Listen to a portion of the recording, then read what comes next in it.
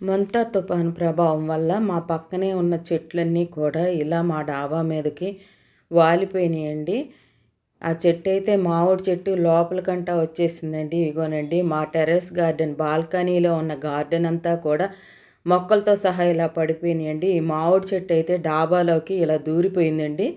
ఈ పక్కన ఉన్న వాళ్ళది చాలా దూరాన ఉన్నప్పటికీ కూడా ఇలా డాబాలోకి దూరిపోయిందనమాట. ఇదిగోనండి చెట్టంతా ఇలా పడిపోయింది. ఎంత పెద్ద పెద్ద వృక్షాలు పడిపోయినాయో చూడండండి.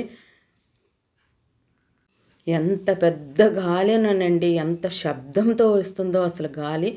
కుండీలన్నీ కూడా ఇలా కింద పడిపోయి మొత్తం ఈ బాల్కనీ అంతా ఇలా పడిపోయినాయండి. చెల్లా చెదురైపోయినాయి. క్రోటన్స్ మొక్కలు, అరేకా పామ్స్, కుండీలు అన్నీ కూడా ఇలా పడిపోయినాయండి. పొద్దున్నే లేచి వీటినన్నిటిని కూడా నేను సర్దుకుని చక్కగా పక్కన పెట్టుకుంటున్నానండి.